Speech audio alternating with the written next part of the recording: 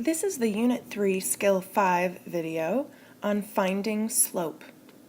Yesterday we worked on graphing linear equations and we used slope. We talked about it being the rise over run. It measured the steepness of the line. And this video is going to focus on identifying the slope given different kind of information about a line. Okay, whether it be an equation or a graph. So we're going to look at 4 of those scenarios. Okay, so if the directions were to find the slope given, the first scenario is given a slope-intercept equation.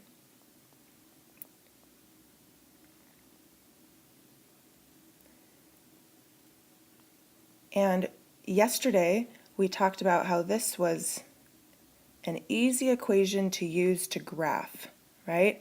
If you are already given an equation in this form, okay, we said that the slope is right in front of x, right? It's easy to identify. So if you are given the equation y equals 1/2 x minus 3, and you're asked to find the slope, well, it's right here, right? The slope, or m, equals 1/2. Let's look at a second scenario. Let's say you're given an equation, but it's in standard form. So a standard form equation. We also talked about this equation yesterday. For graphing, the standard form was ax plus by equals c. And in order to graph, we talked about solving for y, or putting it into slope-intercept form. Let's look at an example. Negative 2x minus 2y equals 6. So to find the slope, we need to put this into y equals mx plus b. So we're going to solve for y. So our first step here, we need to move that x term over to the other side. We're left with negative 2y equals, and then remember we're going to write the x term first, then the constant after. Last, we're going to divide by that negative 2 to both of the terms on the right side. Okay, now we're left with 2 divided by negative 2 is negative 1. So I could write just negative x, that means negative 1x. And then 6 divided by negative 2 is negative 3. Now that I'm at this form, it is easy to identify the slope. Okay, remember the slope is right in front of x, and that negative means a negative 1. So the slope here is negative 1. So if you're given a standard form equation and you need to find the slope, solve it for y and find your m value in front of x. Now let's look at a third example. The third scenario would be to find the slope given a graph. Okay, so there's no equation, there's just a picture of the graph. Now on these two examples, I've actually put in bold a few of the points, mostly because we don't have the grid lines in the background. So if you're ever given a graph, remember that slope is equal to the rise over the run as a fraction, and that we can just count, right? This is between any 2 points on a graph, okay? So just choose 2 of the points, count the rise, put that in the top, and then count the run and put that in the bottom.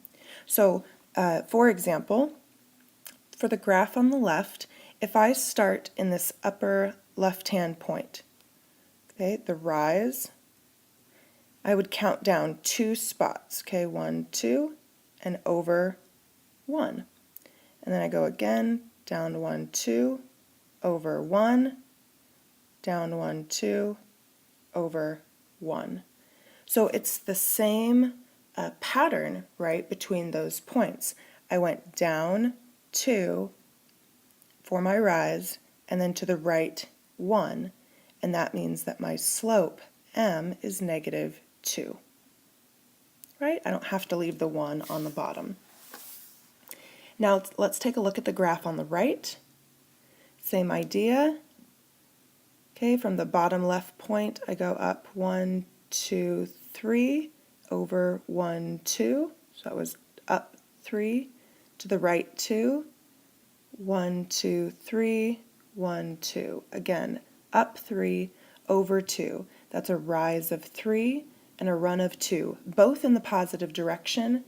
That fraction is already reduced, so there's my slope, 3/2.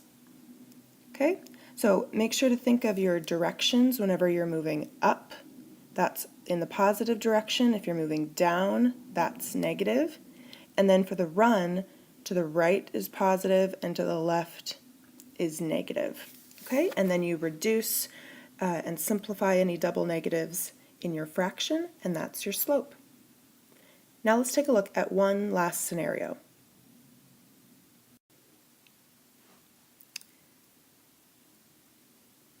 So in the graphing scenario, I said that we could find the slope of the line between any 2 points on the graph. So I could also just give you 2 of the points.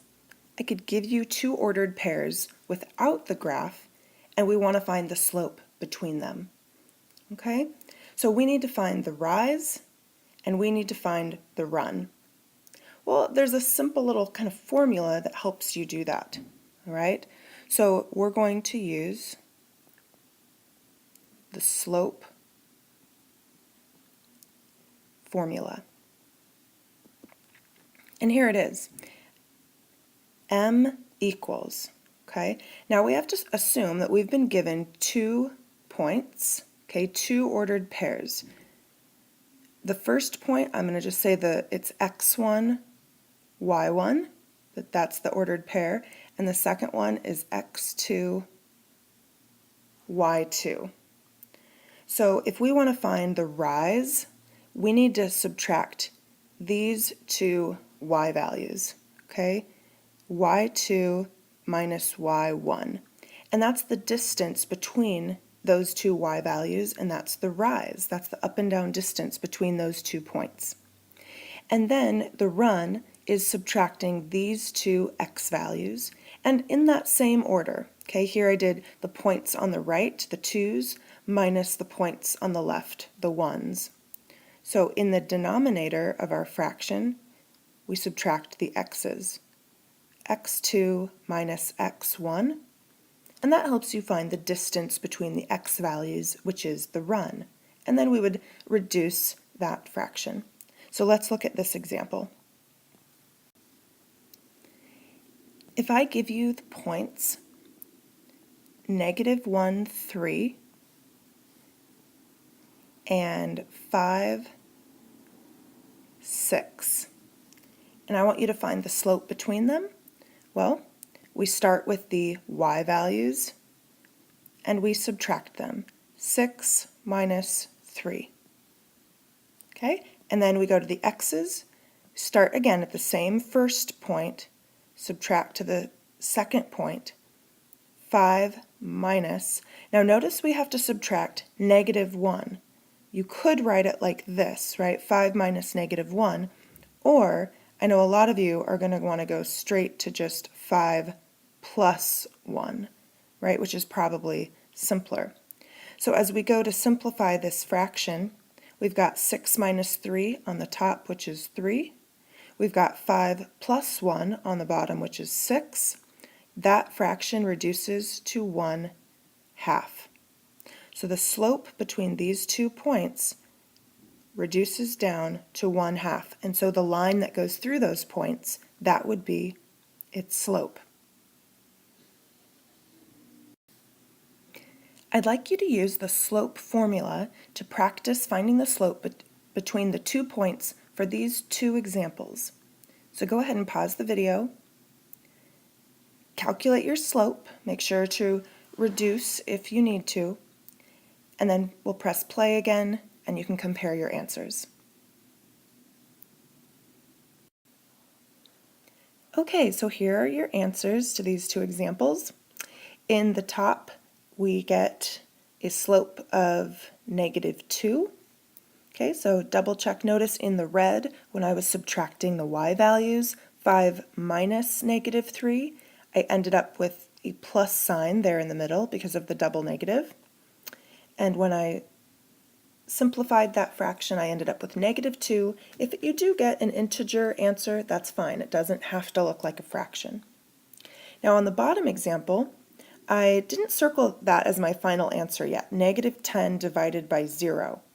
Now that is not 0, right? We cannot divide by 0. Maybe we write that in your notes. Cannot divide by 0. So whenever those two x values were identical, that means these are points on a vertical line. And yesterday we said that a vertical line has no slope.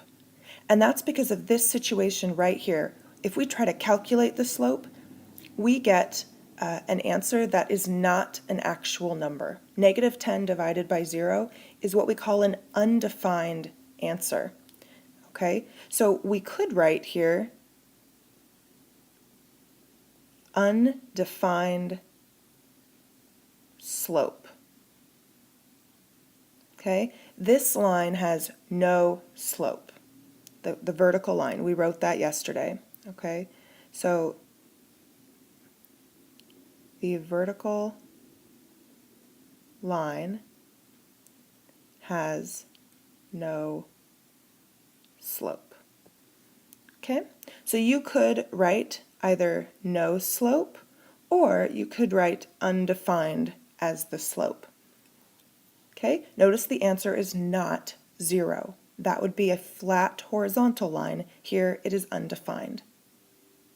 And those are the 4 scenarios that I want you to be able to find slope. Okay, given a slope-intercept or a standard form equation, given a graph, or given 2 points, like these final 2 examples. And that concludes this video.